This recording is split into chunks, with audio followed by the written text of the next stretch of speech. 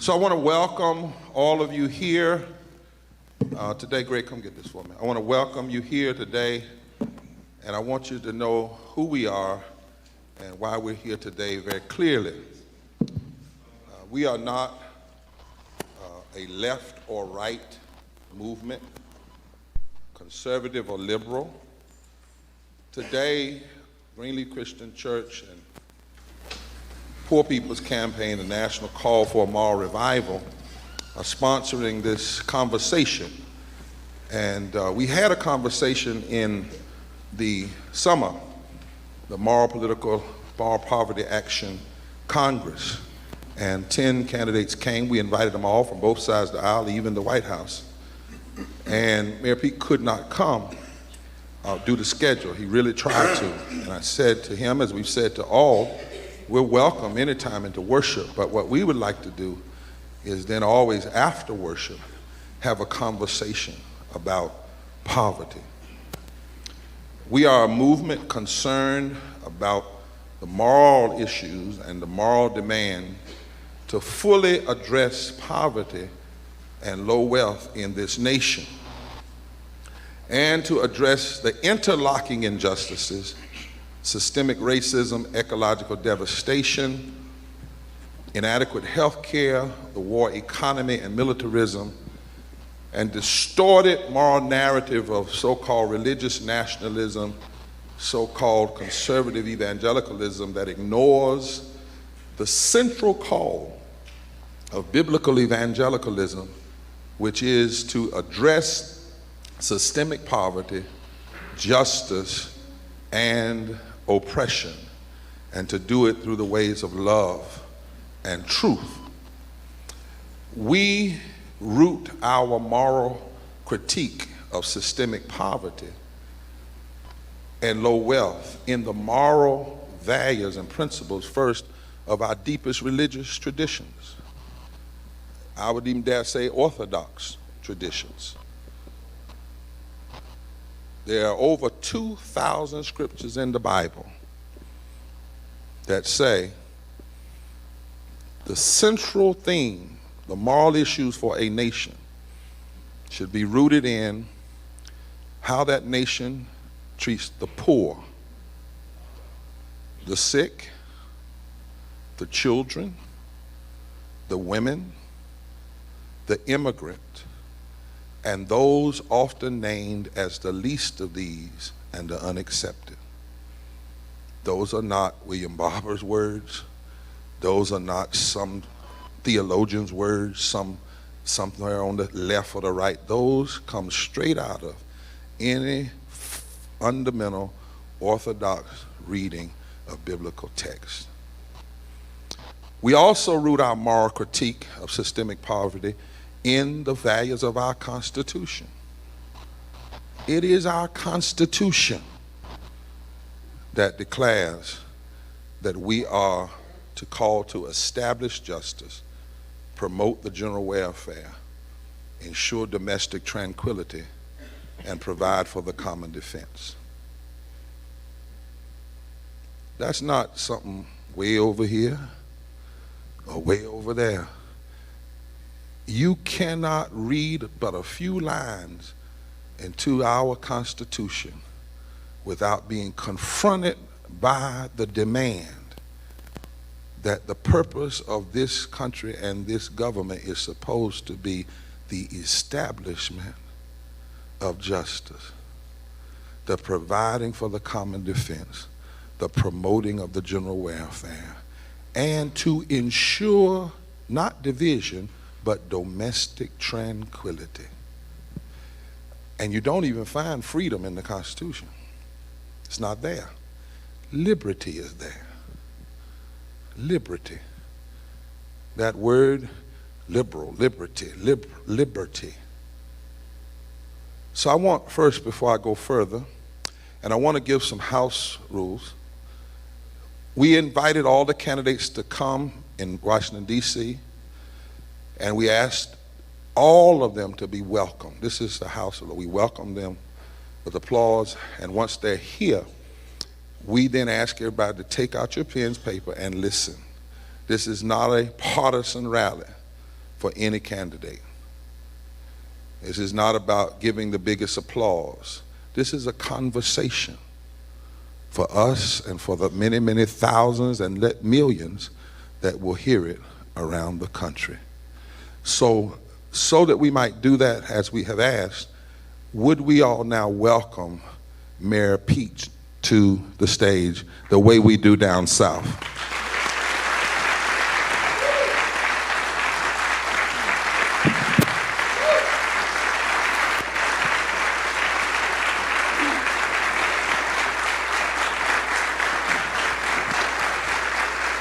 And would you welcome my co-questioner, Minister Jonathan Hartgrove, all the way from Appalachia. I think, right, and we'll give you one. You may be seated. As I said, these are the values, our deepest religious values, our deepest moral values. And we believe these are the same moral fusion values that brought black and white people together with one another to push America to address abolition, women's suffrage, labor rights, Social Security, civil rights, poverty, unjust militarism. And the Poor People's Campaign, a national call for moral revival, we are the only movement in the country that is building power and mobilizing with the central focus being addressing poverty and low wealth at the center of our political discussions, not on the margin, and the interlocking injustices. We're the only movement bringing black, white, brown, First Nation, Jewish, Christian, Muslim, people of faith, people not of faith, gay, straight, young, old, from the Delta of Mississippi to Maine, from Alabama to Appalachia, from the Carolinas to California, from Kansas to Kentucky to Arkansas, the flatlands of Texas to the hills of Virginia, to say that America can no longer ignore the central issue of poverty and low wealth. So we are here to address poverty and low wealth, I want to make sure the media gets this, as a moral crisis. Yeah. Since 2016, we have seen a pattern that has played out not just in 2016, but for 50 years. Debate after debate, and we don't have one debate that focuses on systemic poverty and low wealth.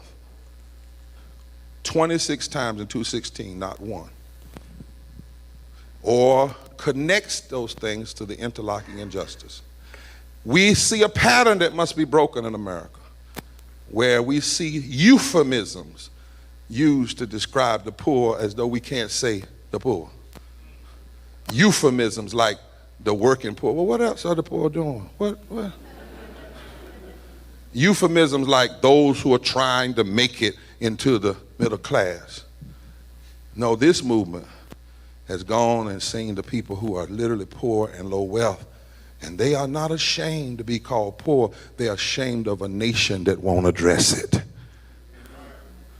Too often, Democrats run from the issue of poverty and try to find a way to talk about the middle class and wealthy. And too often, Republicans racialize poverty as though it is some kind of sub-issue that's only affecting people of color, and then even further, people who don't live a certain way.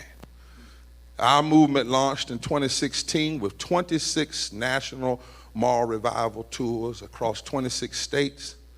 In 2017, we built 40 state coordinating committees made up of poor people and low-income people, because we believe in the agency of poor and low-wealth people, not folks speaking for them, but people speaking for themselves, clergy, religious leaders, and advocates. In 2018, this movement held 6 weeks of nonviolent direct action at 40 state capitals and in DC. 5,000 people delivering our moral demands to both sides of the political aisle were arrested in those 40-some states.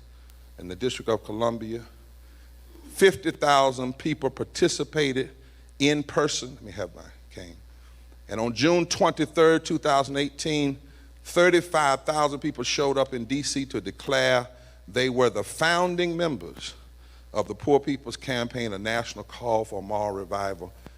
And I joined my co-chair, the Reverend Dr. Liz Theo Harris, a New Testament scholar, a Caucasian Armenian, who co-chairs this work. It trended on social media across the nation with more than 27 million tweet shares and more than 1 million people viewing our live streams. We are now building out 30,000 contacts and participants in each of the 43 states and the District of Columbia that we can engage via social media or other ways at any time. We had over 1,000 people come to the Moral Political Action Congress. We've developed the Souls of Poor Folk Auditing America 50 years after the Poor People's Campaign. And now we've developed the Moral Poverty Justice Budget. We found the money. We found out folk are lying when they say we don't have the money. We found how the money can happen and you don't have to even raise taxes. It's not a scarcity of money, it's a scarcity of will. We found the money and we presented that budget with poor and low wealth people from Kansas, Pennsylvania, California, and Alabama to the Finance Committee, of the United States House of Representatives. We are currently on a 25-state, we must do more. Yolanda, do you have those up? We must do more flyer. We must do more mobilizing, organizing, registering, educating people for the movement who vote. And on June 20th, I need to see Yolanda, on June 20th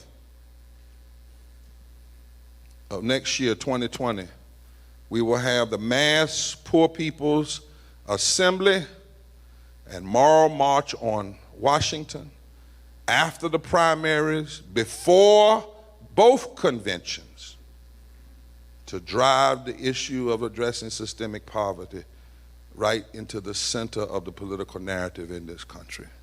That's right. With all of our coordinated committees now, and over 15 national religious and denominational groups and 120 partner organizations, we are building towards this Mass Poor People's Assembly Moral March on Washington, and we are building a sustained movement, not just for one election, because we believe something is more at stake than just one election, as important as it is, but who America is electing to be.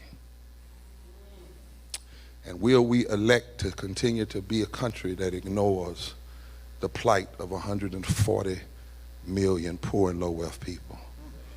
We are rising to change the narrative, to speak truth to this nation with the ethic of love and justice, and to demand action.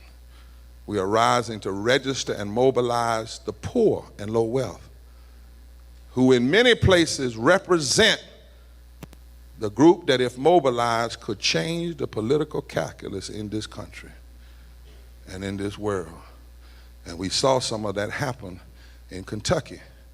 Our campaign never endorsed anybody, but we went in some of those counties and brought together coal miners from the mountains and black folk from Louisville, and several counties turned in ways they had never turned when people found out that those that would divide us are afraid of the possibility of our unity. And so, as we began today, we want to know that we're building this power for an agenda that lifts all people by challenging the interlocking injustices of systemic poverty, systemic racism, ecological devastation, the war economy, and the false moral narrative of religious nationalism. And we are here today to ask you, Mayor Pete, questions as a presidential candidate. Some will come from me, and Jonathan, some from real folk, right there. And we want you to see this video to see who we are. We want you to know that you're here at Greenleaf not because we are a black church or a white church, but because we are a justice-loving church in the center of a moral movement to bring us together to address systemic poverty and low wealth in this country, which, if we refuse to do it, America does it to its own demise. And so at this time, look at this video, Mayor Pete and all of you from around the nation.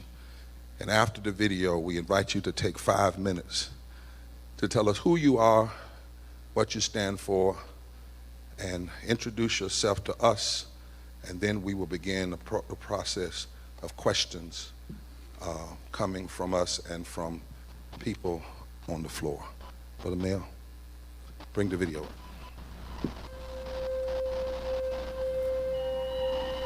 We must be honest about the foundations of the political and economic systems we call America. I love America because of her potential, but I know that America will never even get close to being a more perfect nation until we are honest about the politics of rejection. I want to tell you about some of the leaders who are building the Poor People's Campaign. I'm 46 years old.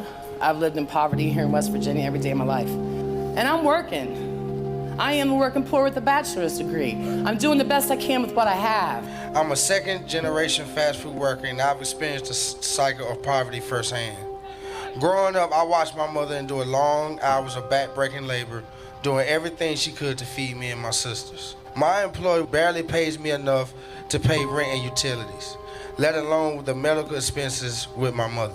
I worked 41 years in the coal mines. I have black lung, and it's just unfathomable what these poor coal miners have to go through in order to get what they have worked for and deserve. I'm a Vietnam veteran. My only chance of going to college was joining the Army.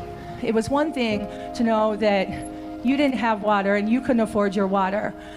It's a whole nother to find out that they shut off your entire community and none of you matter.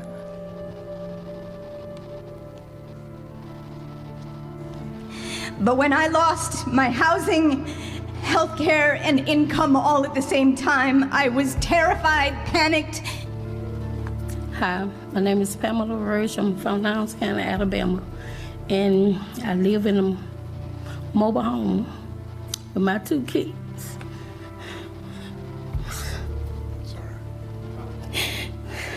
And I got raw sewage. I don't have no money on power. And I have to travel back and forth to Birmingham to take my daughter with the CPAP machine. Don't have a car and don't have no way to take her. This is the largest encampment in Aberdeen. There's about 1,000 people in a town of 16,000 who are homeless. In my community, we were all shut off for the day because none of us could afford our water bills. In the past, my family wasn't able to afford electricity in the winter. It was very hard on all of us. But the indigenous people in the surrounding communities that are being affected, we talk about health care, we talk about worrying about the environment, but yet when they're allowing open pit mines and letting it leak into the land, into the water, the high rate of cancer and the high bills of health is going to continue to raise because of corporations and greeds and politicians that don't want to listen. There's a new chemical company that's producing another carcinogen. In our community, it's amazing the people who just started dying of cancer.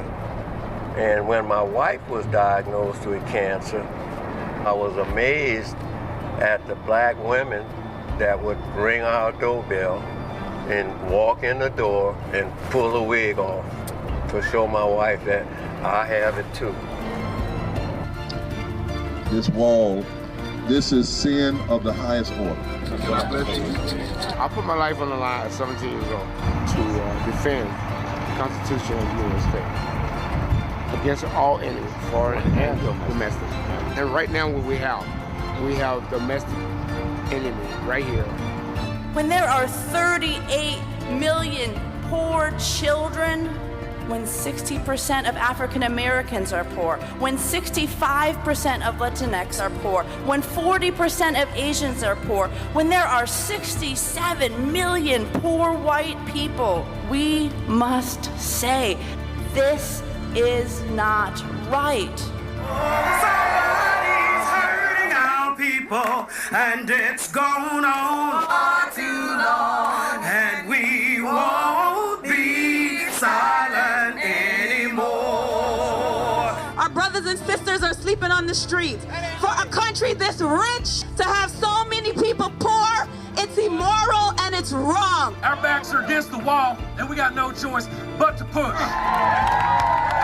We lift our voices for justice. We put our bodies on the line for mercy. And together we will proclaim liberty throughout the land for the enslaved, for the poor, and for us all.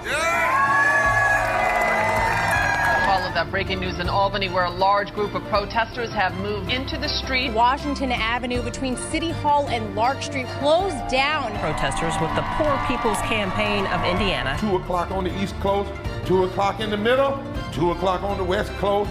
A wave, and the historians tell us it's never happened before. Our communities, Muslim communities, who have joined the Poor People's Campaign, you can count on us. Our democracy is in trouble. Our democracy is in trouble. And we come to demand. And we come to demand. Second warning. I cannot stand here and claim to be a follower of Jesus Christ and be silent about the moral outrage that is going on in our country. Because it's crucial that we make ourselves heard. No one is listening. We write letters, we make calls. No one is listening. So we gotta find a way to make ourselves heard. We are the Poor People's Campaign, a national call for moral revival. And we are here. We are poor. We are clergy. And we're here to say to our nation's capital and to the highest court of this land that everybody has a right to live. Everybody has a right to learn. Everybody has a right to love. Everybody has a right to living wages. Everybody has a right to vote. Everybody has a right to thrive in this society. Everybody say, "Ah!" I believe that we will win. I believe that we will win. I believe that we will win. Freedom fighter, and he taught us how to fight. They're poor and they're clergy. We read Article 6 of the Kentucky State Constitution that says we have a right to free assembly. We are demanding that we stop the war on our poor. We demand the right to vote. But formally against it. Cease and desist immediately or you'll be arrested.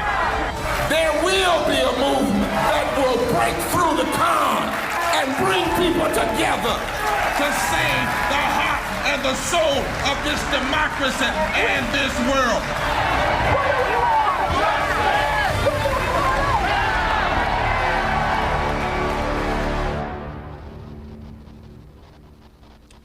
And Pete, that's who we are. We're glad for you to be here to tell us who you are and why you're running for president. Welcome him again. Thank you.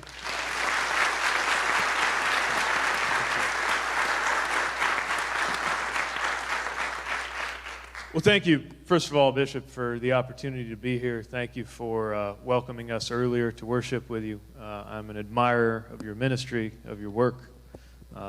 I met your mother recently, so I ought to say I'm an admirer of your work, having met Mother Barber earlier today. And am so thankful for the opportunity for us to discuss issues of moral urgency that are at stake in this election. I believe that I am here to make myself useful, that I am part of this political process to make myself useful, but also that I was put on this earth in order to make myself useful to others. These are the values that I was taught by my parents. These are the values that I'm taught by my faith. And one of the reasons I was so electrified when I first heard you speak years ago in Philadelphia, cautioning against the voices that say, as I believe you said, so little about what God says so much and so much about what God says so little, is it made me take stock of what I hear about when I'm sitting in the pew on Sunday. And the scripture that says that when we think of the prisoner, we are supposed to imagine ourselves as though we are imprisoned with them. And the scripture that says we will be judged based on whether we welcome the stranger. And the scripture that says that whoever oppresses the poor taunts their maker. And trying to fit those moral teachings to the world we were living in. These are lessons that I learned in the streets of my own city as well, where I was trusted at the age of 29, 8 years ago, to take the leadership of the mayor's office in South Bend, a community that is low income, that is diverse, that was shrinking, that was hurting, that had been described as dying, and took steps together in a community that, even after I had become mayor, was still educating me every day about what was needed and what we could do together. And we invested in neighborhoods that hadn't seen investment in a long time. And we found places that were emptying out begin to fill up again. And we took steps to ensure that the health that was deteriorating, not so much because of what happened in the hospital or the doctor's office, but what was happening as a matter of environmental justice and other issues in homes, got addressed. And in these 8 years, often we have come up short, but often we have been able to advance together when our priorities were in the right place.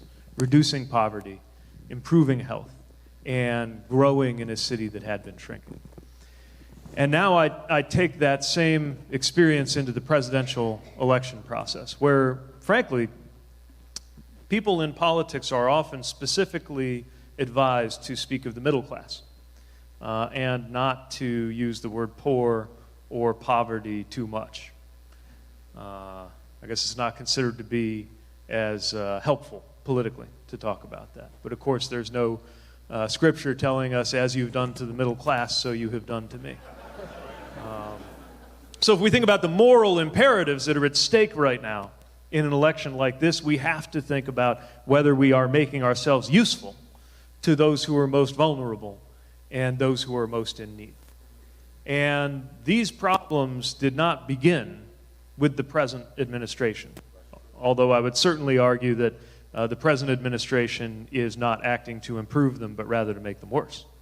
But it is important to remember that, because I am running to be the president, by definition, who will take office the same day this administration comes to an end. And so the question before us is, then what? Where will we be and what will it take?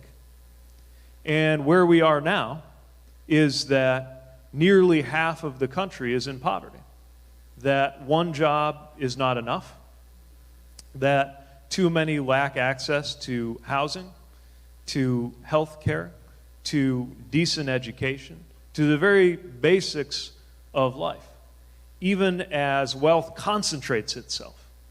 And it concentrates itself not only into greater and greater wealth, but into power, which is why so much depends not only on those in office, but on everybody who cares about the decisions made in those big white buildings, understand the importance of political mobilization and voting rights, and knowing that voting rights have actually been weakened, not strengthened, since the Voting Rights Act, and knowing what we have got to do, both to respond to racial voter suppression and to respond to the ways in which doing right by those who are vulnerable of whatever race has been made harder by the fact that we do not have decisions at the ballot box that reflect the totality of the people. Amen. I'm picking up on subtle cues that it's probably time for me to stop my opening remarks and go to questions. Well, it's hopefully really, that gives you some sense of who I am and how I come at this. Actually, the amen is like, so be it.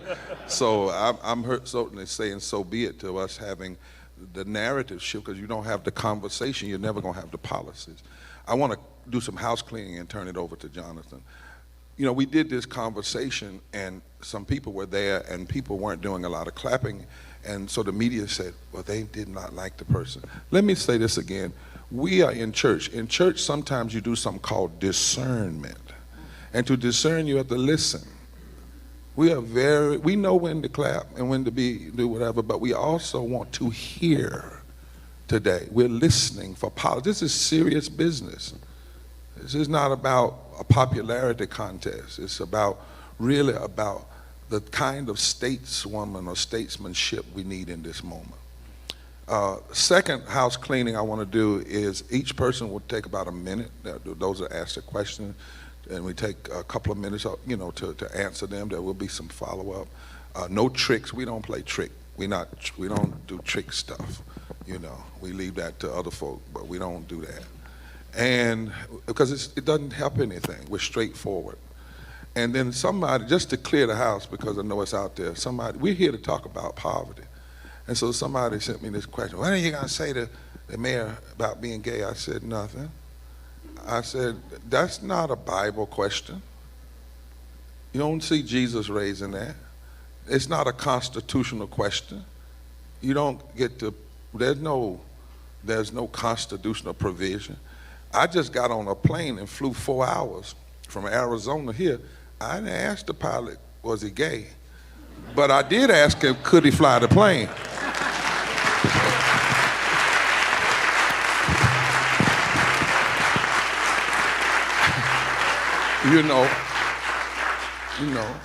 I got my surgeon. I don't ask him if he's gay. I want to know, can he do the surgery?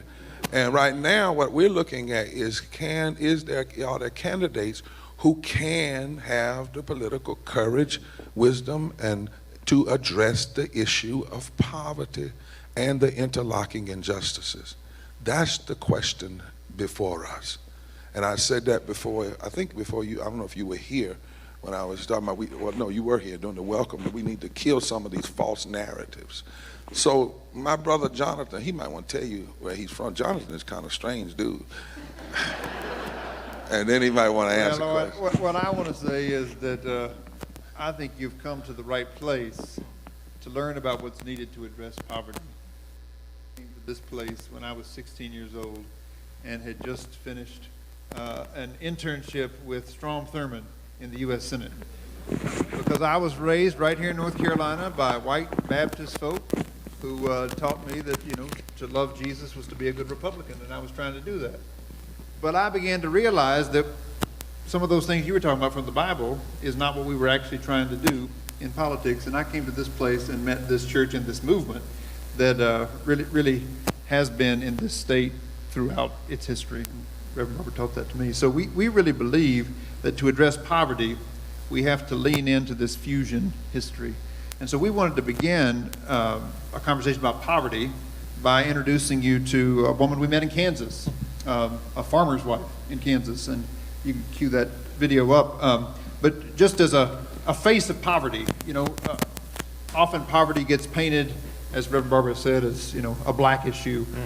What we've learned in studying and in being part of this movement is that the face of poverty in America is white women.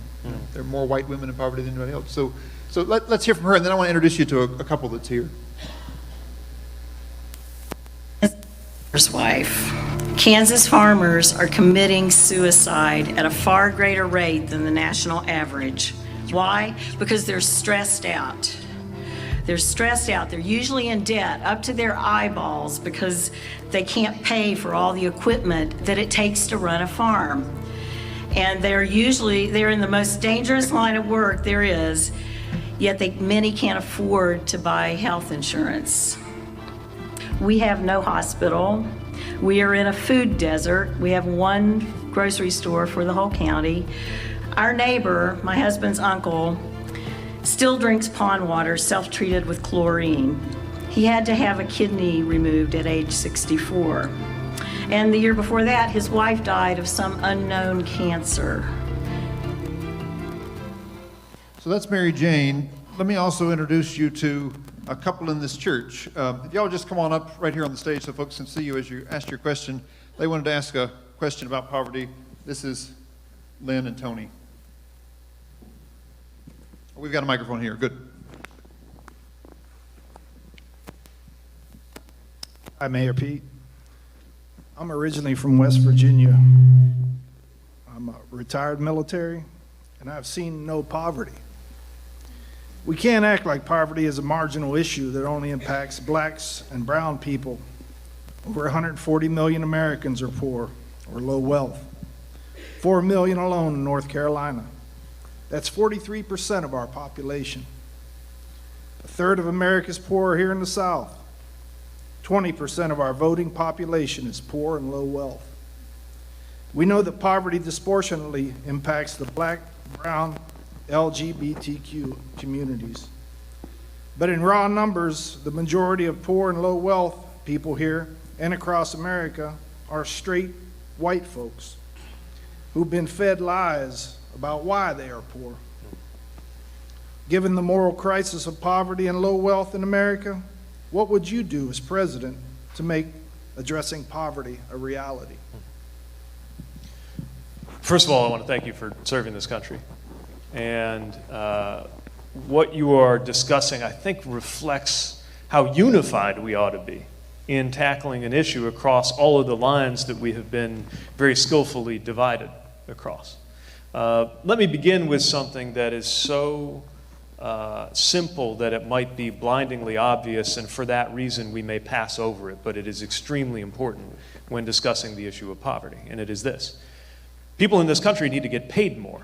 That's right. This is simple, straightforward, and it does not happen. You know, we talk about poverty, sure, there's complicated issues with globalization and automation and technology, but sometimes it's talked about like there's some cosmic force, that a law of physics that has pushed us into the inequality we're in, when actually it's the consequence of specific policy choices that have been made. And one of those policy choices is that the federal minimum wage has been allowed to lapse, so that if you count for inflation, it is worth considerably less than it was when it was introduced. And you see it everywhere we go across the country. We were marching with McDonald's workers, trying to get $15, and a union. I'll come to the union part in a minute. But trying to get $15 an hour. Tawana Milligan, I remember her because I was trying to get a sense, actually I was trying to learn her story so that I could share it in the future, and wanted to get a sense of how her life would be different if she earned more than the $7-some an hour that she did. And I couldn't get her to talk about herself. She was talking about her son with special medical needs. She was talking about other people who depended on her. And it was a reminder that those who are fighting for more are also not fighting in a selfish way. They're fighting for the ability to provide for others, which often is where we get the most fulfillment, which is one of many, many reasons why it is a moral as well as an economic imperative to raise the federal minimum wage. Second, we need to make sure that everybody has access to the benefits you need to get by. This administration has cut SNAP, food aid, for those in poverty. Nobody is better off in a country where some are going hungry. On the contrary, the more people are hungry, the less they are able to work. For children, the less they are able to learn. They score poorly on a test.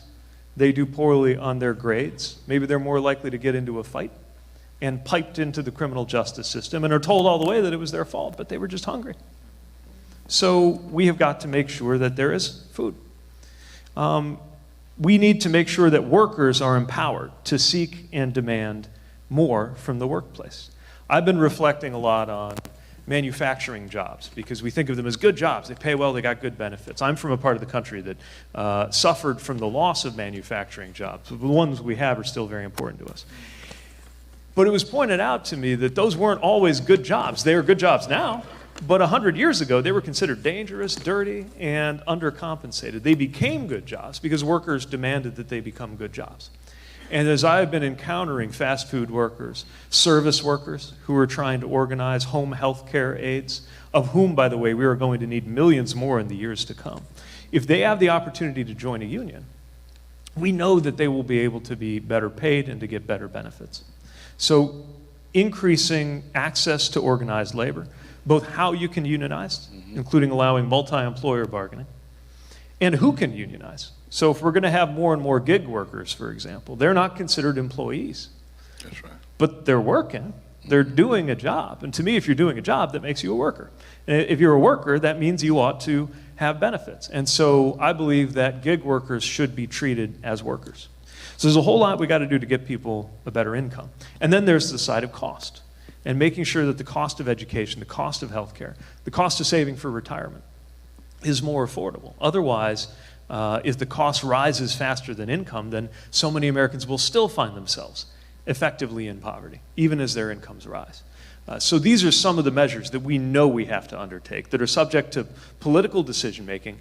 By the way, in Washington, yes, but also in the states. One of the reasons why this movement has wisely targeted state capitals is that states are often restricting action in this direction. In South Bend, I was able to raise the minimum wage for employees of the city, but the state prevented us from doing it for anybody else living in the city. We were able to establish paid family leave for employees of the city, and I'm pretty sure it led to a bit of a baby boom on the fire department, but that was okay, we didn't mind. But the state prevents us from implementing that for any but our own employees, and so on. So this is a question of supporting the states doing the right thing and making sure states don't stand in the way of alleviating poverty, as well as making sure we have the right decisions in Washington. Let me follow up. Tony and Lynn, let's thank them for coming up. Tony and Lynn Scalacci, thank you. And I think that they penetrate. Here Lynn says, you know, I'm from West Virginia and I've known poverty.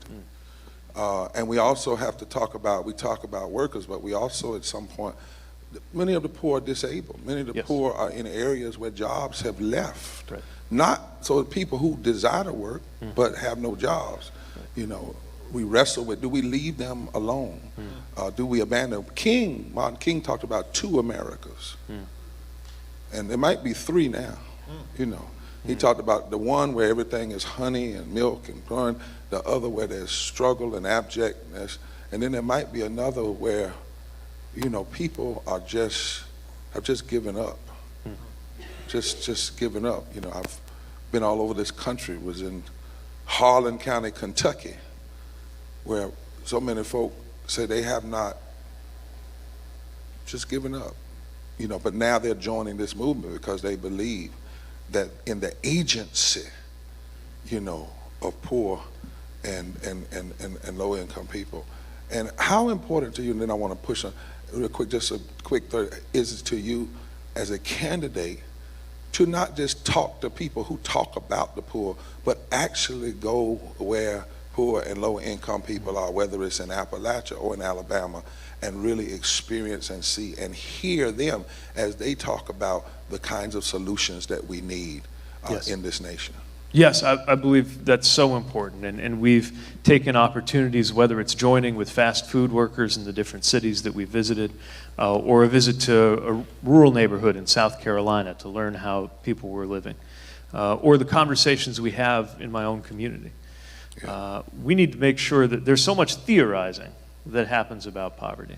And I think when it's theorized, it leads to misunderstandings. For example, the idea that it's only about income. Of course it's about income, but there's a reason why the poverty of somebody who is afraid of what will happen if they have one disruption in life is different from, for example, a student who comes from a stable family, who knows they have a job waiting for them, whose income might be the same as somebody living in poverty, but who doesn't have that fear and that vulnerability. So we need to make sure those voices are elevated and make sure those voices are heard. Or military people who have to get food stamps. I mean, we got, you know, this is no play conversation.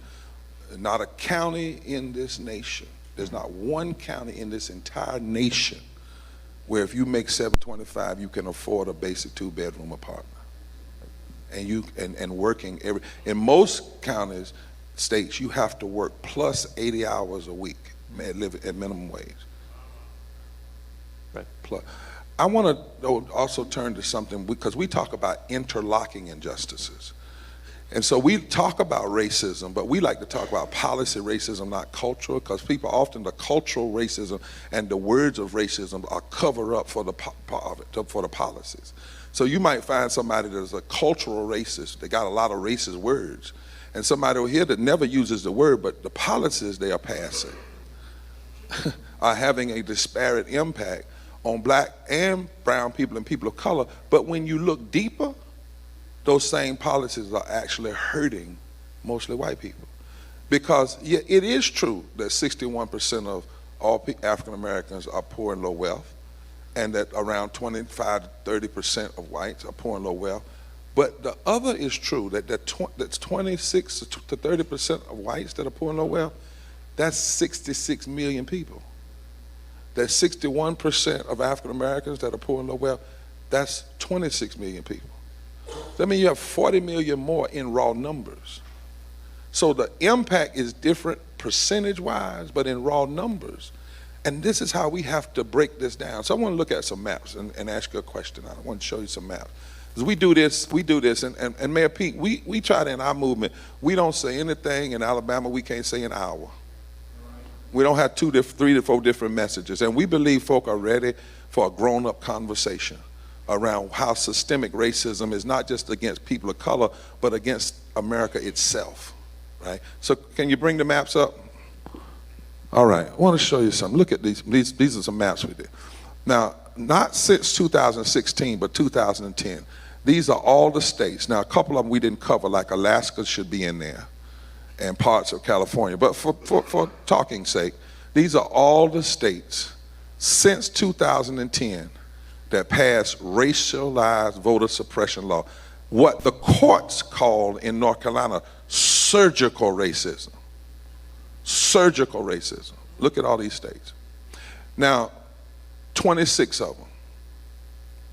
We decided that's normally a race issue. You know, that's racism. But we said we want to dig a little bit further. So I asked our people that do maps, I can't do them, overlay that map. I said, show me the map of the states with the highest poverty. And we looked, so wait a minute. The same states that have the highest racialized voter suppression, where people get elected through racialized voter suppression that undermines democracy. Once they get power, they use that power in ways that passes policies that hurt the poor, not black poor folk. Because that's not the poverty rate of black people. That's the states with the highest poverty rates. Next map. Those darkest states, all of them are voter suppression states.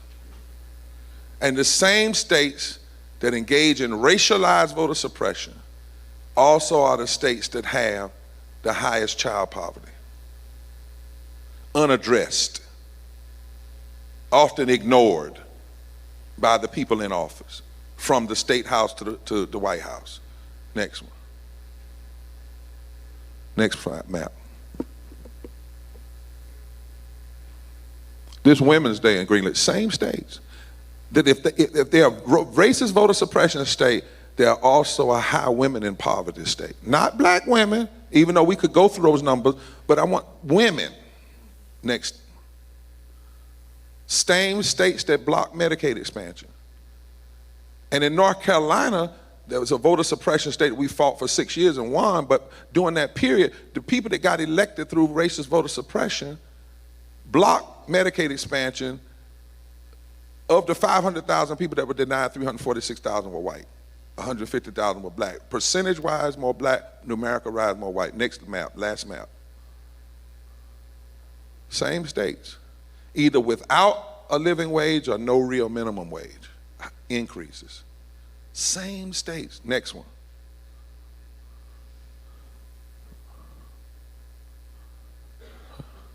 Those who call themselves, now that's a whole nother debate, so we'll come back to that because I want to deal with that later, so take the maps off.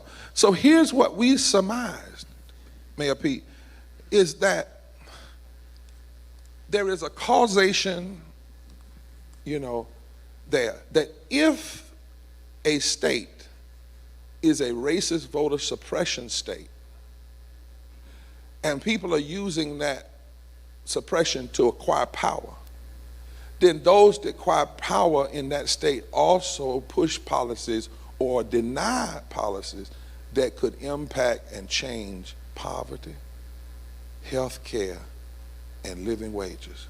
Now, the question is, so in light of this, you cannot address systemic poverty for everybody if you don't address systemic racialized, racist voter suppression. As president, what would you do to address racist voter suppression and racist gerrymandering that is hurting the whole of our democracy? So it is imperative to the future of the country that we address this. I often speak in the campaign about democracy, but not democracy as a system. Democracy is a value. The idea that we believe there is moral weight to the value of making sure that every voice is included, that every vote is counted, and that every voter counts. And there are a number of concrete things we could do right away. We could ensure automatic voter registration as soon as somebody's old enough to vote. We could make sure that the polls are open a reasonable amount of time. Unfortunately, some of these voter suppression tactics were pioneered in my state, like voter ID. The case went all the way to the Supreme Court. But another thing in my state is that polls are open 6 to 6. Not everybody is able to vote between 6 and 6. We got to extend access to early voting. And we have to do something about this gerrymandering, because effectively what the gerrymandering does is it means that the politicians are choosing their voters rather than the voters choosing their politicians. And it often, more often than not, has a racial effect. And the consequence of this is that everybody is worse off. Those who suffer most are those who are on the harmed end of racial discrimination. But as you have pointed out, people of all races suffer in poverty, suffer from these policy decisions. Yeah, let me do a follow-up, because what we're seeing is that oftentimes we are isolating and siloing the issues. So voting rights, we say that's a black issue. Right. When in fact, if you look carefully, voting rights better become all of our issues. That's right. It may be, and it is targeted at people of color. But why? To disempower the ability for black and white and brown people to form political coalitions that can change the political calculus. That's right. Especially in the South. The South is not red, really, or blue. It's more unorganized. And it's more divided by these tactics that are used, right, to hold on to power. Strom Thurmond and his crowds years ago said if they could use something called the White Southern Strategy, and they could use these tactics, they could hold on to the South. And if they could hold on to about 13 southern states, they end up controlling nearly 170 electoral votes. Just 13 states. So one of the things I'm going to ask you this question, you know, Strom Thurmond filibustered the Civil Rights Act of 1957 for one day, 24 hours. Reading from the phone book. Reading from the phone book. And we called him a racist. As we sit here today, McConnell, formerly Boehner, and Ryan, the current president, have engaged in interposition and nullification, to use King's language, for over 2,000 days. Since the Supreme Court gutted the Voting Rights Act of 1965. And all these states no longer have pre-clearance. And it could have been fixed by the Congress. Strom Thurmond filibustered the Civil Rights Act of 57 for one day. And we said he engaged in racism. What are the people engaged in who have blocked fixing the Voting Rights Act for over 2,000 days? Right? And who continue to do it despite all of the cases around the country where we're having to fight against racialized voter suppression. And what would you do as president on that issue of the restoration of the Voting Rights Act and pre-clearance? Since, as we sit here today, we have less voting rights sitting here today than we had in 1965 when the Voting Rights Act was first passed. That's right. And these, I mean, the most charitable way to put it is that they are engaging in racial voter suppression. I think that's the most charitable way you could put it. And the court I could think of some other words. That's right. That's right. But we're in church, so I'm going to behave. Yeah, yeah.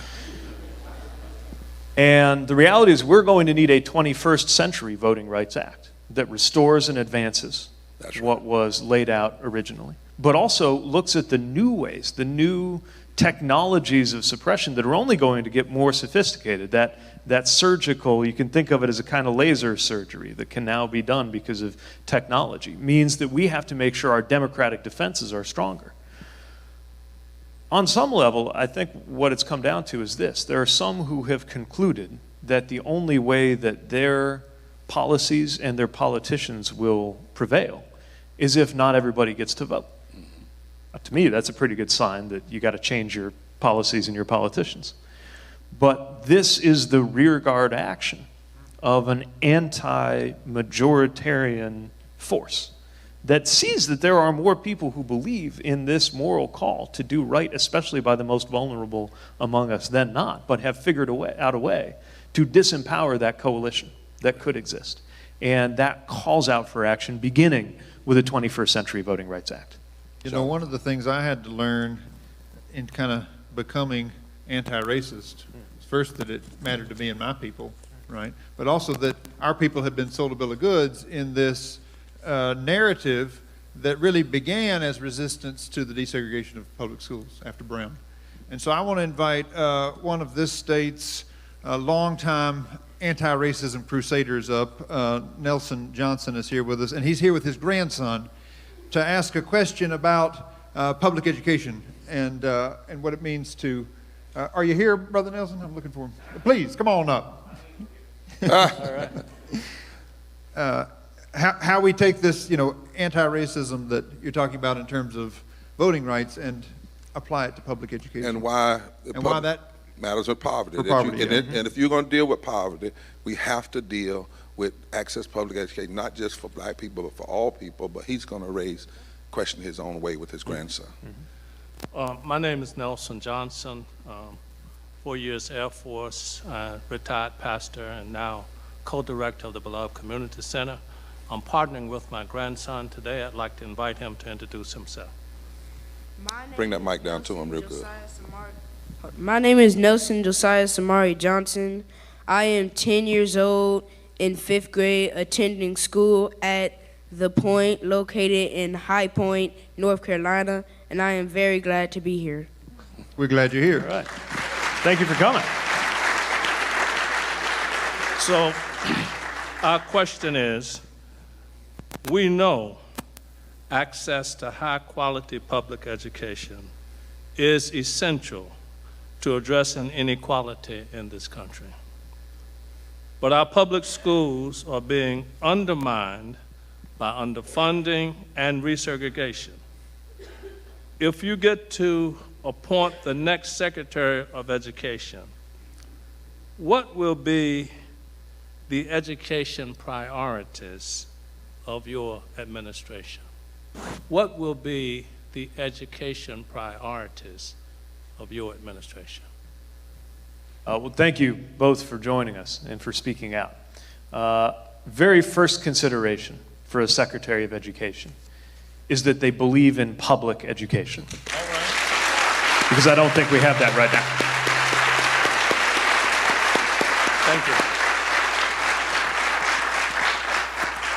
Second is that they believe in equity in public education. Third is that they would be willing to commit resources with the backing of the president, of course, who will be willing to go to Congress and go to bat for this to make sure that everybody has access to quality public education. Whether you thrive should not come down to whether you were fortunate enough to win an admissions lottery to one of a handful of schools. By the way, this is important not only for the clear and glaring reason that we need to make sure that we educate everybody well and give them that chance to thrive, but also because right now we are starting to see many communities where the polarization and stratification is happening in our schools. In other words, if public school is only considered to be there for people who don't have access to something else, then it becomes one less thing we all have in common as a country at a time when we desperately need to have more things in common as a country. And so for all of these reasons and more, we've got to act. Now, in most countries, if you have an area where there's more poverty or more need, you can expect that more dollars would go into educating the students in that area. We are one of the few places where often the reverse is true, partly because of the reliance on property taxes in many places, and other problems with the way we fund our schools. So it's why I would begin by routing a massive increase in federal dollars through Title I that sends those dollars to the schools where they are needed most. Another thing is that we need to lift up the teaching profession, and that includes compensating the teaching profession properly. Amen. Amen.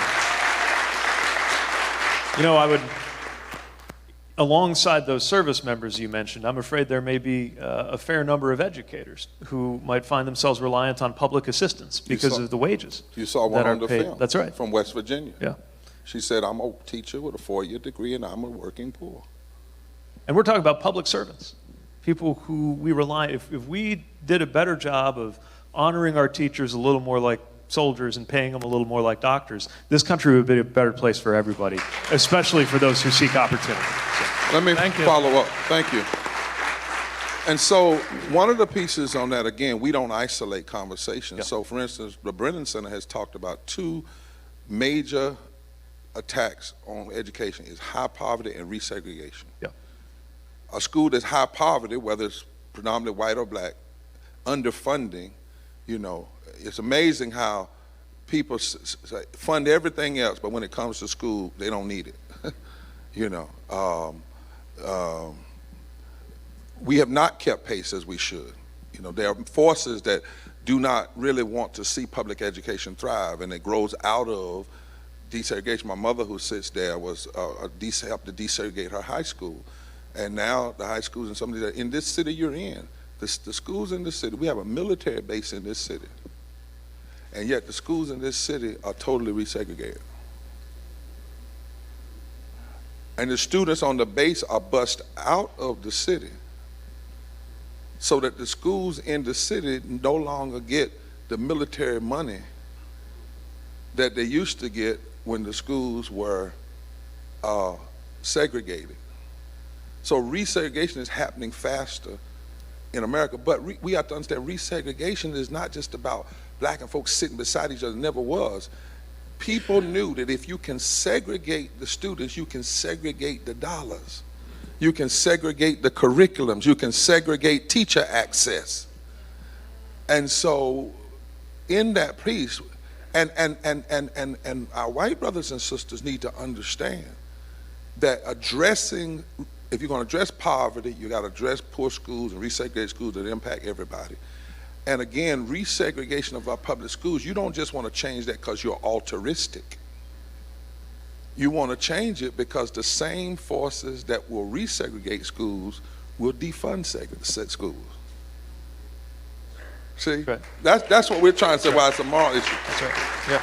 What do you think about addressing the issue of resegregation from that standpoint? Not just we got to sit beside each other, but understanding that that allows a kind of segregating of resources. Absolutely. Yeah. And this is part of what I was getting at when I mentioned that we have this need for shared things too, because when you have a shared experience of quality public education, then you have a shared support base, political base, to ensure that educational resources get to everybody who needs them. And we see these patterns. I have to confess that I was slow to realize. I worked for years under the illusion that our schools in my city were integrated because they had to be, because of a court order. But what I slowly realized was that while that was true within the limits of the South Bend Community School District as they were drawn, if you looked at the county, almost all of the diversity of our youth was in a single school district, which is ours. And it's one of many examples of how you just have to peel back the surface and then you see the persistence or the return of different forms of segregation. All the more reason why we need to back public education and back a diverse group of educational professionals. Teachers need to come from every background. So, because that's segregated too in many ways. That's right. We have a question from our brothers and sisters, and rise up and fight for 15. If they'll come at this time.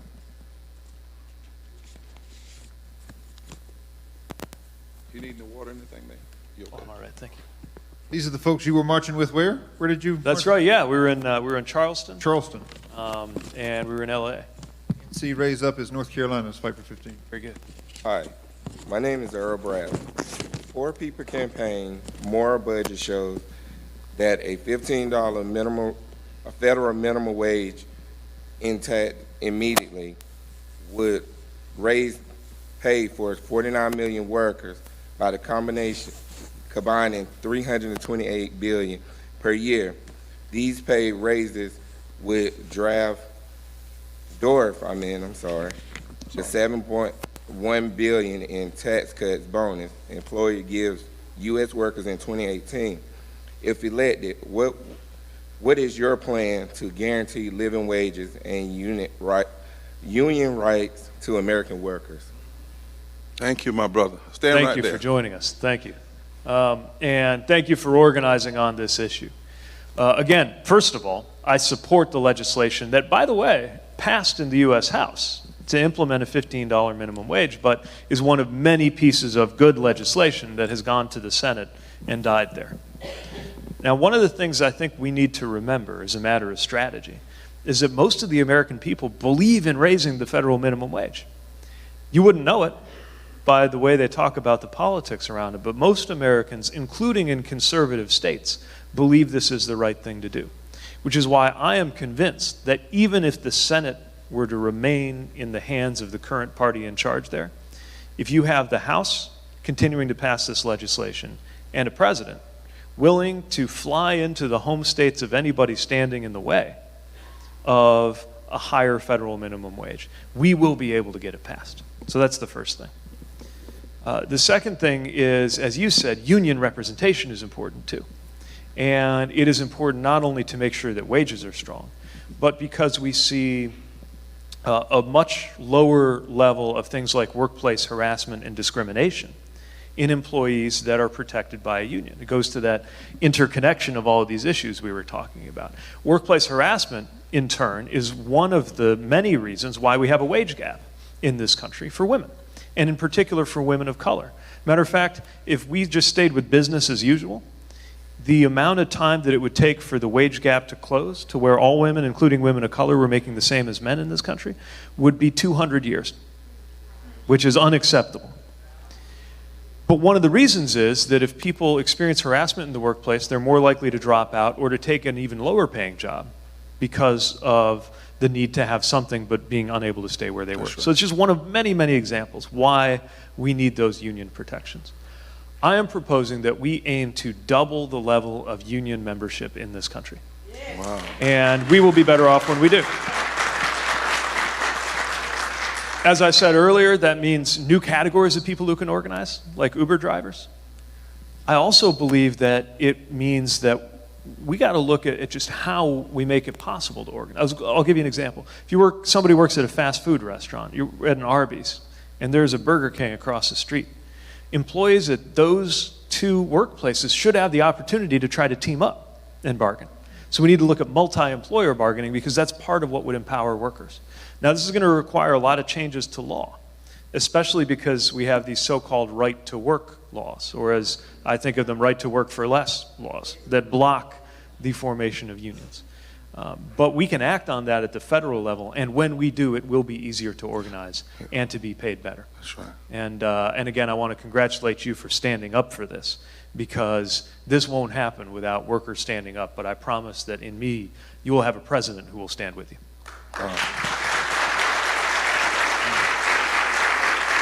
And that's so critical. You know, 62 million people who work for less than a living wage. And as the brother just said, if we did it immediately, and that's one of the things we're pushing candidates on. A lot of folks say, I'm for living wage, but they're for it 15 years from now. And it'll be 15 years from now, it'll be not doing nothing. Right. It needs to be immediate. But if we do it immediate, you pump more money into the pockets of people, into the economy, than were put in their pockets by these so-called little tax things that Trump did. Mm-hmm. Yeah. But another way we say it, Mayor, is, you know, for African Americans particularly, you know, It took us 400 years to get from 0 to 725. We can't wait another 400. You know, but it also is important to say this isn't about a handout. You know, what would it do to America, for America, if we immediately had a federal law? You know, because all of these southern states are right to work. Right. And we're starting, and a lot of our brothers and sisters, white and black, are beginning to see that that is by design to keep poor whites and working class whites separated. And the right to work law, for instance, in North Carolina, today is the anniversary of Rosa Parks sitting down. The law in North Carolina that said public service workers could not organize, public service workers, was put into place right after the Montgomery bus boycott and the fear of black and white folk joining together in the South. Yeah. So are you an immediate or taking 400 more years? But then you know what? I say we got to act fast. I respect that there's a transition that has, especially for small businesses to be able to catch up, but we got to make it as fast as possible. And I think the House bill was more than reasonable enough. Well, how about this? How about as fast as we bailed out them corporational crooks? There you go. How about, okay, if we're not immediate, we did that pretty fast, you know, and they were their own fault. You know, they stole money and got our money for free. Right. And we said they were too big to fail. Right. Well, what about a president that says workers are too precious not to make a living wage? Very good. And we start treating people like people rather than treating corporations like people and people like things. That's right. Yeah, thank you. One of the things that we're learning in this campaign as we travel is that making more is a huge issue in terms of addressing poverty. But also, for many people, even who have good jobs, lack of access to health care is just ruinous. And that's real. There are some folks here today who are going to come, and as they're coming to ask a question about health care, we wanted you to meet by video a woman named Callie Greer, who we met in Alabama, to share her story. Callie Greer from Selma, Alabama, who had to bury her daughter, Venus, because she didn't have health care. I'm here today to share my daughter's Venus's story. Venus discovered a small lump in her breast and she wasn't insured. Venus had to be approved for every prescription and every piece of medical equipment that she needed. I'm standing here today in solidarity with the Poor People's Campaign because no one should have to bury their child in America because they don't have health care insurance.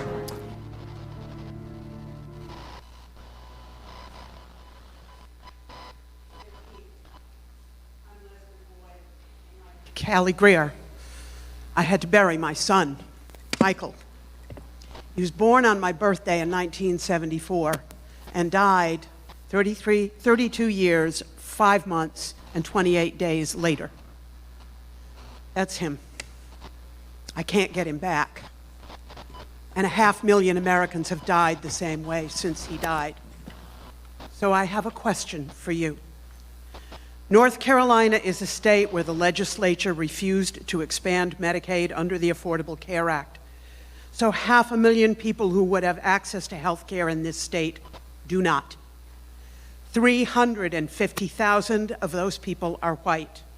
More than 100,000 are black. 40,000 of them have served in the military, and about 3 of them die every day. But even if we had Medicaid expansion tomorrow, there are still hundreds of thousands of North Carolinians who would be uninsured. This is true across the nation, where politicians are guaranteed free health care for life just because we elect them to serve. Often when we talk about access to health care for every American, we debate how much it will cost. But we know what it costs America not to insure all of us.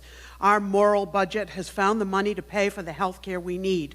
What is your plan to guarantee access to health care for everyone in this country as soon as possible? I want those other persons to quickly introduce themselves as well. and tell why you're standing there with Leslie. I'm Yvette Gabbery, and I am a community Latino leader in Alamance County here in North Carolina, the Poor People's Campaign as well.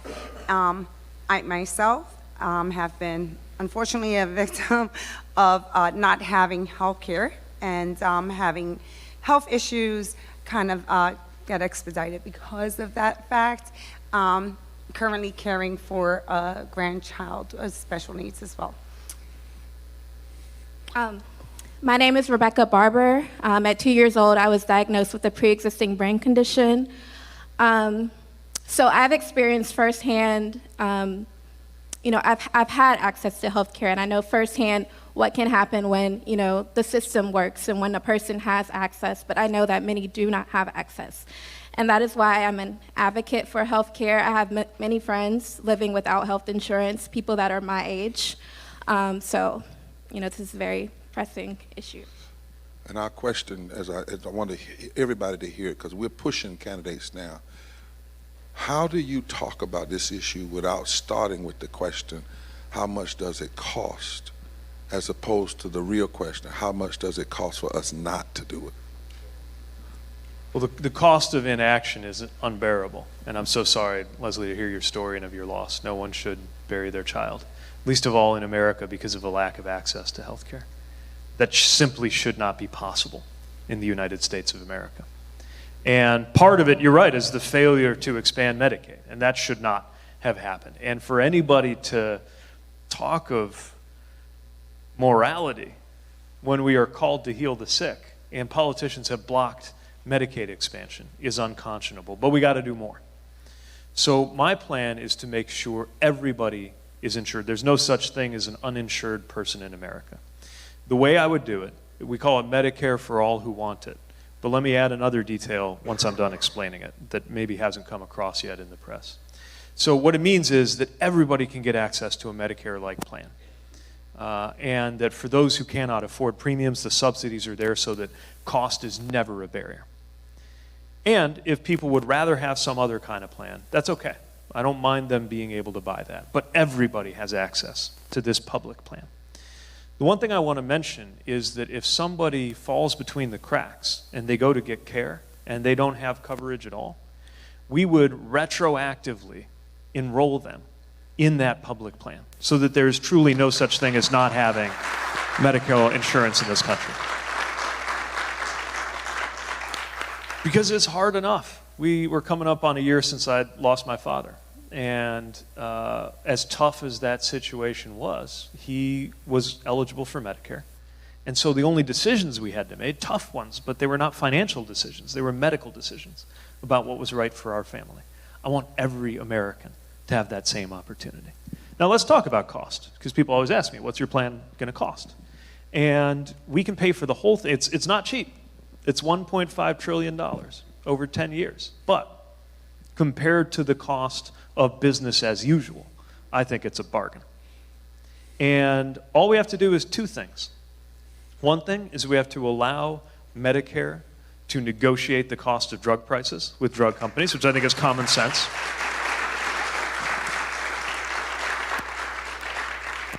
And the other, which is how we get the bulk of the funds, is to roll back the corporate tax rate cut that was in the Trump tax cuts. Because frankly, I think they're doing just fine, and I don't think they needed that tax cut to begin with. All you got to do is do that, and we can deliver that healthcare vision that I'm talking about. Thank you. Mayor Peter, our campaign would also like to share that when our economists, some of the best in the world, looked at this, we also found that if you just cut one, if you took one contract of one military contract company, we still have the most powerful over and over. You could fund all of the states that denied Medicaid expansion without raising any taxes. That's one of the reasons why we're pushing, and we're also pushing politicians, and we will hope that you would speak to this in the days to come, to talk about the value of an investment. You know, every time is how much does it cost? What is an investment? If you invest in healthcare, what does that do to the economy? What does that do to keep people at work? What does that do in terms of saving? We must start talking about what is it costing us not to do this? And I get that question from a Nobel Peace Prize economist, Joseph Stiglitz, in his book where he talks about the cost of poverty. Not what does it cost to fix us, but what is the cost of not doing anything? And we have to get that into the public discourse. That's right. Let me raise now, Jonathan, How about where you were this week? Yeah, with the experience, we want to talk a little bit about the issue of, we appreciate your stance on the climate and on ecological, dealing with ecological devastation. I was in Oak Flats where a multinational company, because of a rider put on a defense bill by a senator from Arizona, is threatening to take their religious lands, their Mount Sinai, their Jerusalem, from them, ignore the religious significance, drill down into the earth for 2% copper. That's all of the 100% of what they bring out, only 2% is usable, and the other will poison the aquifers to the surrounding towns and poison the land and destroy. And Apache Chief Winsler, former Chairman Winsler, Nosey, is risking his life right now. He just today took residents up, left the reservation. He said he's no longer going to be a ward of the state, to go camp out and defend, non-violently, but defend those sacred lands. But all over this country, 4 million people that get up every day who can buy unleaded gas and can't buy unleaded water.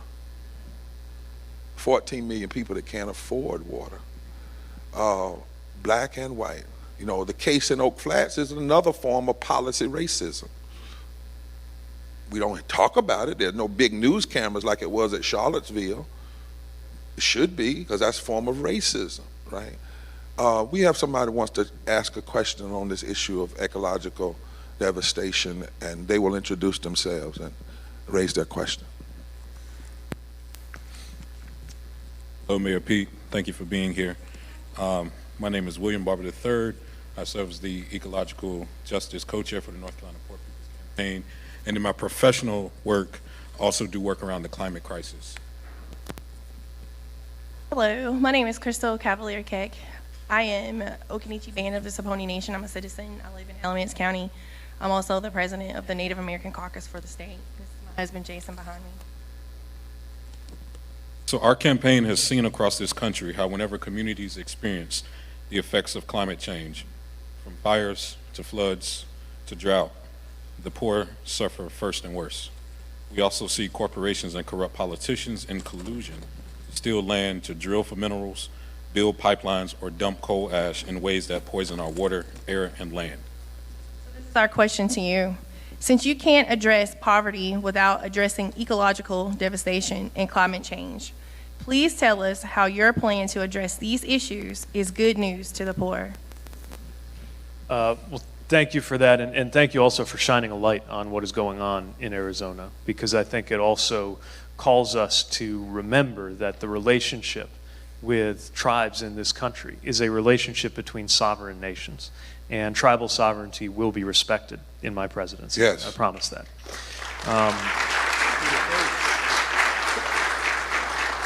And it is often those most vulnerable, Native families, African-American families, poor families of every race who have the most to lose. And frankly, globally, it's poor countries that have the most to lose from the effects of ecological devastation and from climate change, which is why we must act. It is another example of where the only way it looks expensive is if we fail to account for the cost of doing what we're doing, because it would show up pretty quickly if you accounted for it properly that acting now is a bargain relative to cleaning up the harm that will be done, just economically, let alone morally, the harm that is being done.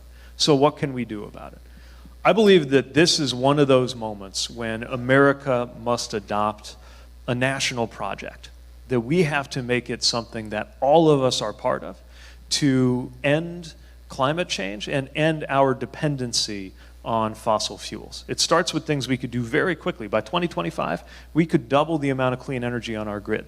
Some things will take longer, but step by step, by 2050, which is about as long as we can possibly do this, by 2050 be a carbon neutral economy across the United States. We've got to. And in order to do that, it's going to take everything that any of us can bring. Not only the development of wind and solar, but also the development of carbon neutral or carbon negative farming. Farming could actually be a huge part of the solution. And in putting out that call, I'm also recruiting a part of America that maybe has only ever heard that they're part of the problem and asking them, and by the way, funding them, to be part of the solution. We need to make sure that federal purchasing invests in things like biofuels. We've got to do this across every sector of American life. And the reason why I feel a great deal of hope, the reason I think there is good news in this, as bleak as the current situation and the business as usual scenario are, is that we kind of need a national project. I think our country will stand taller when we have a national effort like that. And for once, there's a national project available to us that's not about fighting other people. It's about leading the world and getting something done. And this has to be global. We have to lead the nations of the world because we can't do it alone. But we know the world can't do it without American leadership. So at home, that means massively increasing investment in renewable energy, energy storage, carbon storage, with an equity focus on those who are harmed most, and making sure that funding is directed at areas that are already seeing the impacts. But also globally, leading the way and making sure that this is a cornerstone of our diplomacy as we go out around the world. If we fail to act now, we will continue to see the most vulnerable made worst off. And we saw it in our own city, where almost inevitably, when we saw huge floods that came to our city, once in a lifetime floods, only we had them twice in 2 years. So something's up. And sure enough, it was often the homes of, in the lowest income areas of town that were most likely to be destroyed and where people had nowhere to go. Do you have any follow-up to that? Do you all? I think, I think, when we talk about the frontline communities, the most vulnerable communities, there's a lot of attention placed on the impact that they will face. And we really highlight the need to make them a part of the equation in terms of our response. But pushing slightly, when we talk about this massive energy transition, a just transition, what does it look like to truly include those communities in the conversation as we build this new future? Well, the good news is there's a lot of opportunity here. In fact, our estimates are that 3 million net new jobs will be created under the climate plan I'm putting forward. But we need to do that with intention. And there should be a focus, for example, when we're offering training, whether it's in new jobs that might sound a little newfangled, involved with working with new sources of power, or jobs that are actually very easy to understand today, like union insulator and electrical worker jobs. One way or the other, we need to make sure that those opportunities are extended first to those with the most to lose. That means communities that have been on the receiving end of environmental injustice, communities that are vulnerable to climate change harms, and communities that for other reasons have been subject to the consequences of poverty and systemic discrimination in this country. And our plan contemplates that as we work with local cities, towns, and counties in order to create action plans that have equity as a central consideration. Because the reality is, even if we hit all of our targets, as we're going to have to find a way to do, we know that these impacts are already on us. All the more reason why, in the name of justice, we need to make sure that we are lifting up those who have been harmed the most and making them first in line for the opportunities that are going to be created by getting this right. That's right. And, I think the reason that follow-up, thank you all, that follow-up is so important, is that too often the same people that mess up something end up getting paid to clean it up. So, for instance, you saw the film about Louisiana and Cancer Alley. You know Cancer Alley was plantation? The worst plantations, the plantations that were so bad when black folk revolted, they cut the heads off of the revolters and put them on sticks down the Mississippi. Then when they could no longer do slaves, they turned them into sharecropping.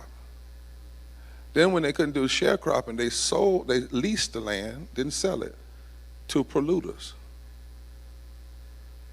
To polluters. So the same people that owned the land for slaves and sharecropping then leased the land to the polluters, got federal money to create that Cancer Alley, and now it's destroying people's lives, black and white.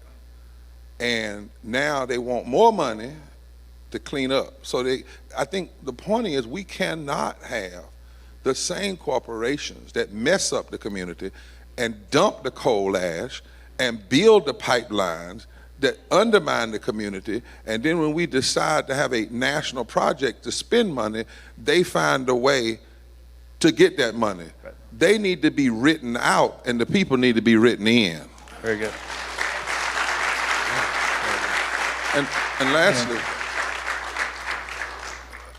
I want to ask you this. Do you see addressing voter suppression and gerrymandering as a part of that national project? Because I don't see how we're going to get the political power to address these things legislatively if we write off the South and continue to leave the South in other areas victim to racial voter suppression that allows people to get in office who are adversely against dealing with the issues of ecological destruction. Absolutely right. I think one of the problems we have as a country is that the issues of systemic racism generally and racial voter suppression specifically are talked about as though they only impact people of color, as though they only impact those who are being suppressed. And while there is no question that the worst harms are against those who are directly discriminated against, the entire country, and in this case, the entire world, are made worse off because we do not make decisions as a country that incorporate the will of everybody who is impacted. And there was a time when it was assumed almost that rural areas and workers would stand shoulder to shoulder in order to lift up those who were oppressed. The division of people of mutual interests, often along lines of race, harms everybody. And to me, democracy is the issue of how we deal with every other issue. Whether we're talking about Citizens United and the role of money in politics, or the gerrymandering that we were discussing, or all of the different forms of voter suppression that have been created. For my dime, I actually consider the Electoral College itself to be an example of this problem, because it affected anybody who had to live under a presidency that came about because the American people were overruled, and we're living under one right now, which means everybody is experiencing the consequences of that distortion in our democracy. Well, we have two more. I think we're going to do two more questions. I got to do this, and I know we got to get out, but this is, because I can't figure this out. And maybe you're from Indiana, I was from Indiana, you may know this. We'll still claim you. Okay, okay. So why is it, if we have, even in the current, all this bad policy coming about with so many people that benefited from racialized voter suppression, and we have all this conversation and we're still trying to figure out what Russia did, and we should. But we are having the conversation about what voter suppression did, and we know what it did. Now, we're still kind of guessing around what Russia did. You know, how will you help change the conversation so that we don't get caught up in a nation sometimes in not facing the obvious? Right. You know, it's obvious. For instance, the current president wins by 30,000 votes in Wisconsin, 250,000 votes were racially suppressed, voter suppressed. In this state, we have a senator who won by 30,000 votes. We know 100,000 votes were suppressed, and he was the architect of voter suppression in this state, right? And what is it? You know, can I just be real? Why Democrats so scared to deal with the issue and to help folk understand white folk and that people are playing us against each other? And because of that, we're all getting sold a bill of goods and prevent it from coming together. You may not even want to answer. Maybe you'll answer it in your next speech. Maybe you'll do a big speech on systemic racism and poverty and how it all connects. But I just thought, put that on your mind. Yeah.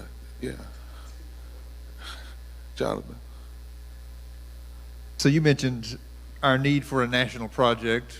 I think that sense of need is felt widespread. Unfortunately, the current administration has proposed a wall as the national project, which thankfully isn't being built very much, but the consequence has been the demonization and the targeting of whole communities of people. Certainly, brown immigrants have been targeted. When I go home today, I'm going to stop by the church where I minister in Durham, and we've been a sanctuary church for 2.5 years because a fellow named Jose Chicas, who's lived here since the mid-'80s, got a deportation order from this administration. You know, he registered with ICE under the Bush administration. They knew where he was during the Obama administration.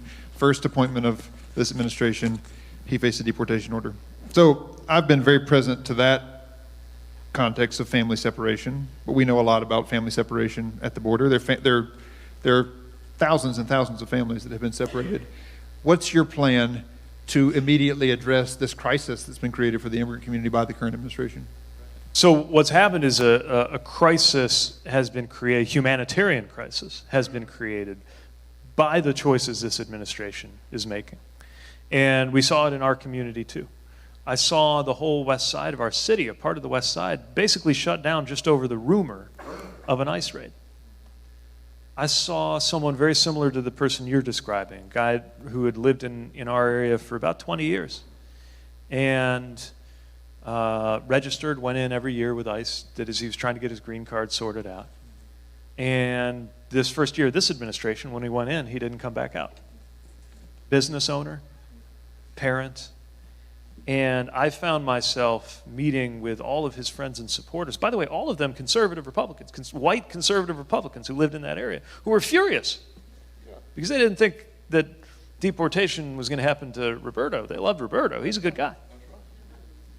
And found myself looking into the eyes of his 8-year-old son, trying to think of something to tell him that would be true, because I couldn't say it's okay, you're going to get your dad back.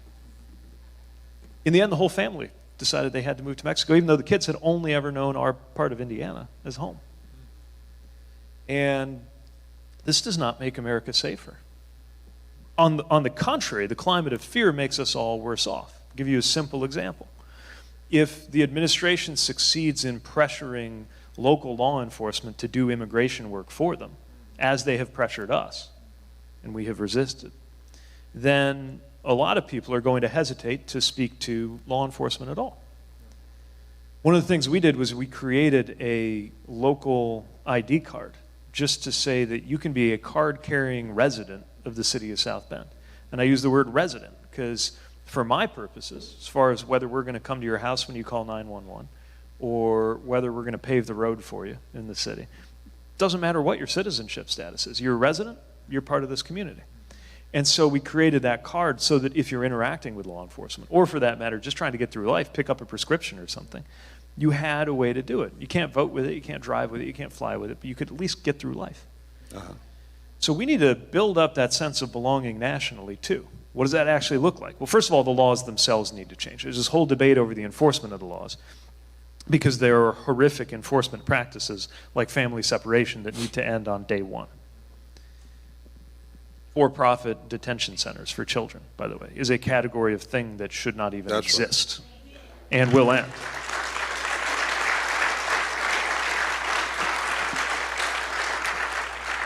But you see, the enforcement priorities will always be out of kilter if the law doesn't make sense. And you look at the arbitrary caps on how many folks can come from which countries, which aren't connected to any reality right now. You look at the bureaucracy. You look at the lack of a pathway to citizenship for the 11 million undocumented folks who are here. We need that, especially for dreamers. We fixed the law. Then, in addition to the overall growth of the country being supported, it becomes simpler to manage our border in a way that matches our laws and our values at the same time. Quick follow-up on law and enforcement, because as we talk to folks who are being impacted by this issue across the country, in the same rooms, often folks from poor and black communities will say, we know something about over-enforcement of laws in our community. Mass detention and mass incarceration, are not just about this administration, but I think they're certainly deeply connected. What's your proposal to address mass incarceration? Well, if incarceration made a country safe, we'd be the safest country in the world because we're the most incarcerated. And we most certainly are not the safest country in the world. Mass incarceration must end. It's that simple. So I'm proposing that we cut it by half. Now, that's going to take a level of action with the states that has to happen across the country, but the federal government can drive it. And we can do it by changing sentencing. For example, sentencing on drug possession, where it's clear that the incarceration is doing more harm than the original offense. We've seen a lot of that in our community. It means making sure, in fact, I would say that incarceration should never be a response simply to possession, because we know that criminalizing addiction doesn't work. That's part of it. Using the clemency powers of the presidency in the best way is part of it. Making sure that we change sentencing guidelines is part of it. Again, from a power and economic perspective, we're also always going to have a pressure toward more incarceration as long as some folks are making a profit off of incarceration, which is why there should not be for-profit private prisons in this country. We'll just be better off when we don't have them. And because we're going to wrap up some, but also we investment again. It's been proven that the dollar investment on the front end of the life saves you tens of dollars on the back end of life. So to actually be investing and pushing more in incarceration than in education, than investing in, instead of building prisons, build jobs, bring corporations, create investment zones. Right. You know, that is so problematic if we're serious about addressing the issue of poverty. And one other piece that you mentioned, let me ask you a quick rapid fire.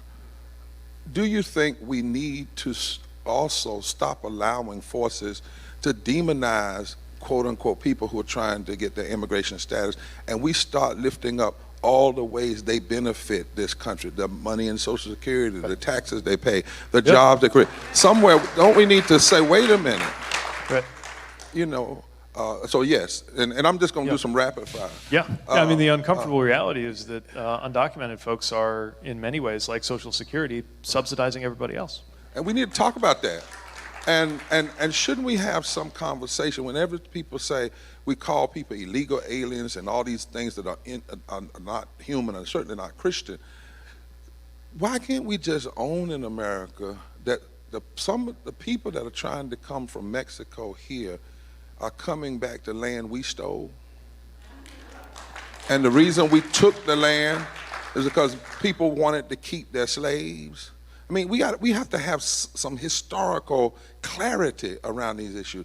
Abraham Lincoln was against the Mexican-American War. Abraham Lincoln was against that war that ended up snatching territory from Mexico over the issue of slavery.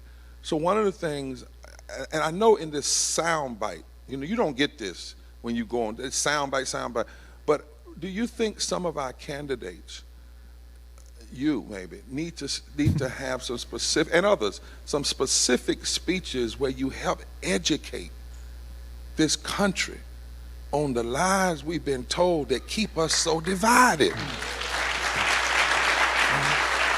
And you know, so I see your head shaking. We got two quick questions. I got to go because of their plan. We're going to do one that you have, the 53-cent piece, and then we're going to play a clip from Dr. King, and we got a question from two clergy, and we'll be out. Okay. So this campaign names as one of the intersecting issues, interlocking issues, the war economy. And we know from our research that 53% of every discretionary dollar goes to the military. You're a veteran. We're in a military town. We certainly honor the role of the military. But what do you think we can cut from the military in order to pay for some of these things we need? So I think we need to reassess our entire set of priorities when it comes to especially military spending, because we're still, I think, behaving in a 20th century mentality. We have 21st century threats like cybersecurity issues and global climate change, which is a 21st century threat. And yet the administration has a 17th century security technology in mind when they're talking about a moat full of alligators or a big wall, right? So it's very clear that we need to reprioritize everything. And in particular, I think we need to scrutinize the way that contracts are done, especially cost plus contracts. I mean, where we don't even, we just say, you know, take whatever you think you need and then we'll add some to it. Does not exactly create fiscal discipline. And we need to look at where we are projecting force around the world. There won't be an easy solution. It can't be as simple as kind of across the board slash this or slash that. But I do believe that we will find major savings when we actually fit our security spending to our security needs. You know, we've got a lot of veterans in the Poor People's Campaign, a lot of military folk, and they tell us a nation can't survive when you have 53 cents of every discretionary dollar going toward the war economy and 13 or 14 cents going to infrastructure and healthcare and education. We are maybe defending ourselves, over-defending ourselves one place and under-defending ourselves in the other, remembering that Rome fell not because of what was happening on the battlefield, but what happened inside of Rome. We also know that it's a travesty that we have combat soldiers that many times don't even make a living wage, and yet military contractors that make millions of dollars. Do we have to look at those inequities as a nation? I think we have to. And while we're at it, why is it that we've not been able to properly fund taking care of those veterans who did serve in uniform? Exactly. And taking care of their mental as well as physical health. So it's a question of priorities. And for the media, I say that my father was a Navy man. You know, I was approached one night, I can't say who the general was, on a plane, and he said, keep doing the work you're doing. We need folk, because Eisenhower, a Republican, warned us of the military-industrial complex. A Republican said that, a military-industrial complex, what it could do to damage the society if it was not held in check. Well, lastly, you're here in church with a couple preachers. We've got a couple more preachers we want to call for a final question about the moral narrative that this campaign is trying to challenge. Play the clip. So as they come, we'll hear a clip from Dr. King, and then please. He said this 65.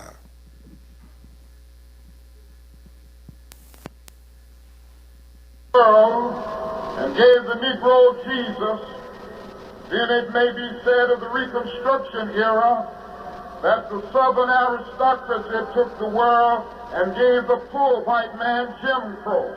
Yes, sir. He gave him Jim Crow, and when his wrinkled stomach cried out for the food that his empty pockets could not provide, yes, sir, he ate Jim Crow.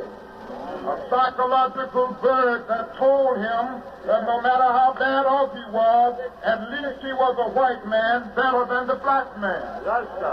And he ate Jim Crow.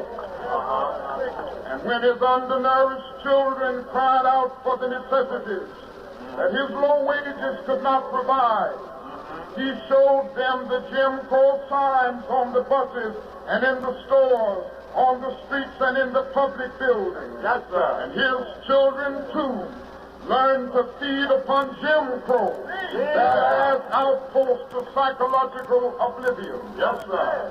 Thus the threat of the free exercise of the ballot by the Negro and white masses alike resulted in the establishment of a segregated society. They segregated Southern money from the poor whites. They segregated Southern mores from the rich whites. Yes, sir. They segregated Southern churches from Christianity. Yes, sir. They segregated Southern minds from honest thinking. Yes, sir. And they segregated the Negro from everything. Yes, sir. That's what happened. The Negro and white masses of the South threatened to unite and build a great society.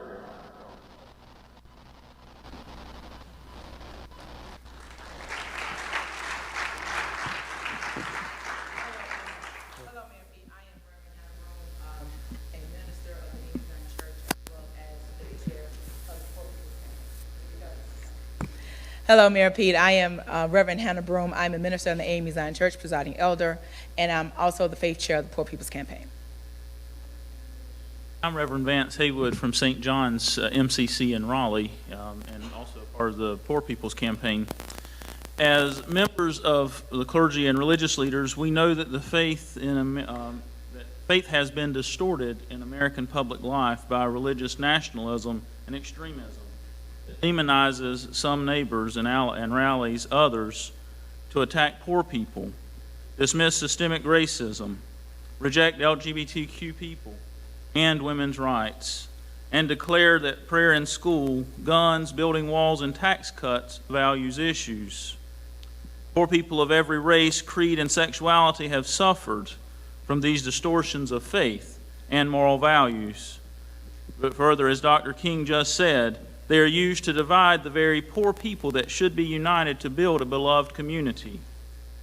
When you are elected president, We can't endorse it. Not in this house. how would you use your influence to shift the moral narrative in our public life, to unify and build power for poor and low-wealth people? Thank you, and it's a great note to end on, because the central idea of my campaign is the idea of belonging. And we live with so many patterns of exclusion right now in this country. People are excluded in overlapping and multiple ways, based on economics, based on race, based on religion, sexuality, whatever it is. And I believe it's amounted to a crisis of belonging. Now, our Constitution protects people of every religion and of no religion equally. That's core to how this nation was set up. But I also believe that it matters that we have a president who does not give people of faith reason to scratch their heads and say, whatever happened to, I was hungry and you fed me. I was a stranger and you welcomed me. And while I would impose my religious faith on nobody else, I will be transparent about the fact that I follow a God who came into this world not in riches but in poverty, not as a citizen but as a refugee, not as a political authority but as a political dissident who died for it. And that instructs my sense of how salvation, for me at least, has to do with how I will make myself useful to those who are oppressed and those who are marginalized and those who are on the edges and those who are poor. Because I can't count the number of times the word poor shows up in Scripture. It's an awful lot. 2,000. There you go. I knew somebody in here might know. He's counted. 2,000 with poverty, how you treat women, treat children, treat the immigrant, and resist idolatry, which is the worship of things, rather than the love of people. More than 2,000 scriptures in the Bible. Well, Mayor Pete, thank you for coming. Two quick things as we come down.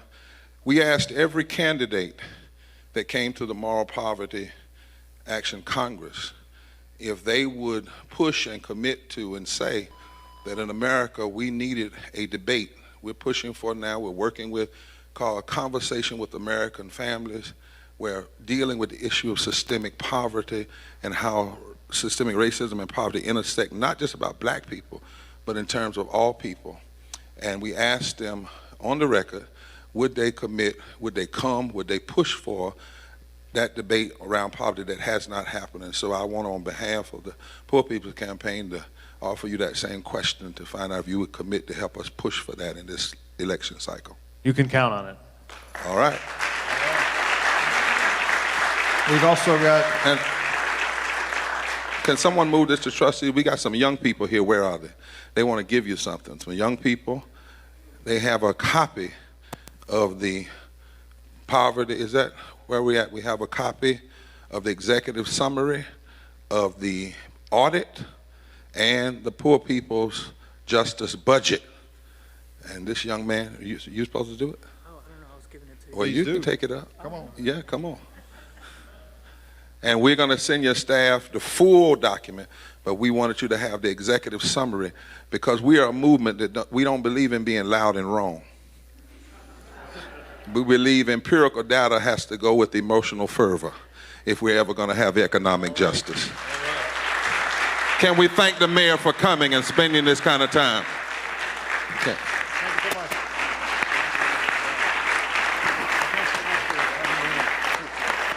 If you would remain still, as we got a song getting ready to come up called It's Not the Waking, It's the Rising. It's one thing to be woke, but it's another thing for us to rise. And we're going straight down the aisle here, a gaggle room. They call that gaggle, that means talk. And we're asking everybody that come straight down this way. I mean, the mayor, his team, and me. Be still until we do this, and then we can leave. Come on, bring it up. Bring it up, Yolanda. And shake the hand beside you and tell them, I'm glad you put up with me this long.